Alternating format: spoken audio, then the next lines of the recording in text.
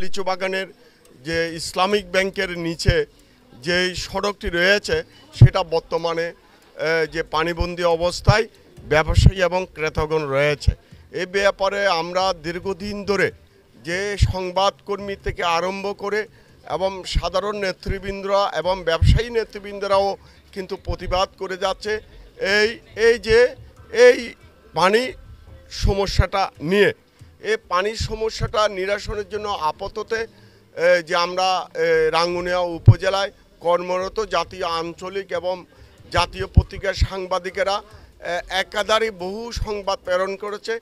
তারই পরিপ্রেক্ষিতে রাঙ্গুনিয়া উপজেলার নির্বাহী কর্মকর্তা মহোদয় তিনি কিন্তু সরজমিনে এসেছেন, এসে তিনি পরিদর্শন করেছেন।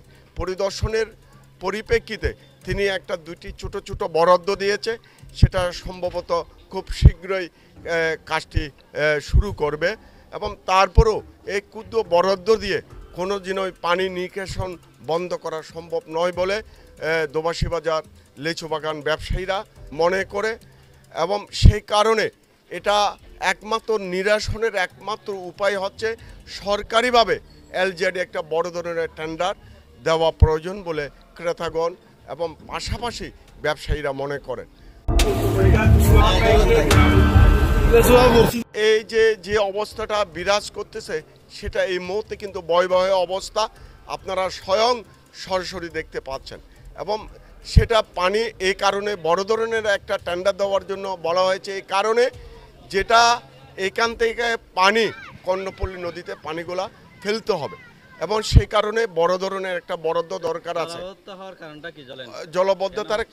জলবদ্ধতার কারণ হচ্ছে এটা কিছু এই এলাকায় যে এই লিচু বাগানে অপরিকল্পিতভাবে এইখানে যে বসত বাড়ি ইমারত এবং এরা গড়ে তুলেছে।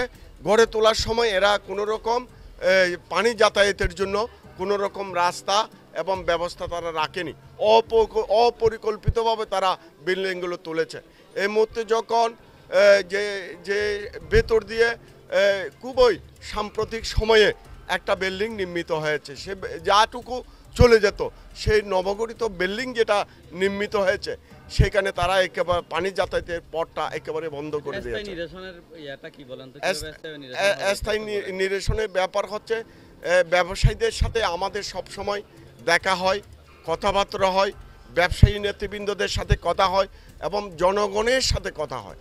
সেই কারণে এখানে একমাত্র স্থায়ী নিরসনের একটা পথ হচ্ছে যে একমাত্র পথ সেটা হচ্ছে বড় ধরনের একটা টেন্ডারের মাধ্যমে যে মাটির নিচ দিয়ে পানিগুলা কর্ণপল্লী নদীতে ফেলতে হবে।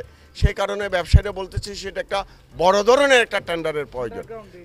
আমরা কিন্তু যে ব্যবসায়ী নেতৃবৃন্দরা ব্যবসায়ীরা যখন নির্বাহী কর্মকর্তা মহোদয় যে সম্প্রতি সময়ে যিনি এখানে পরিদর্শনে এসেছেন তারা কিন্তু সেই দাবিটা বলেছেন এবং তিনি আবার একটু মনের দিক দিয়ে চিন্তা করে তিনি একটা তাৎক্ষণিক একটা বরাদ্দ দেওয়া হয়েছে, সেই বরাদ্দের কাজ অতি সম্প্রতি শুরু হবে বলে জানা গেছে।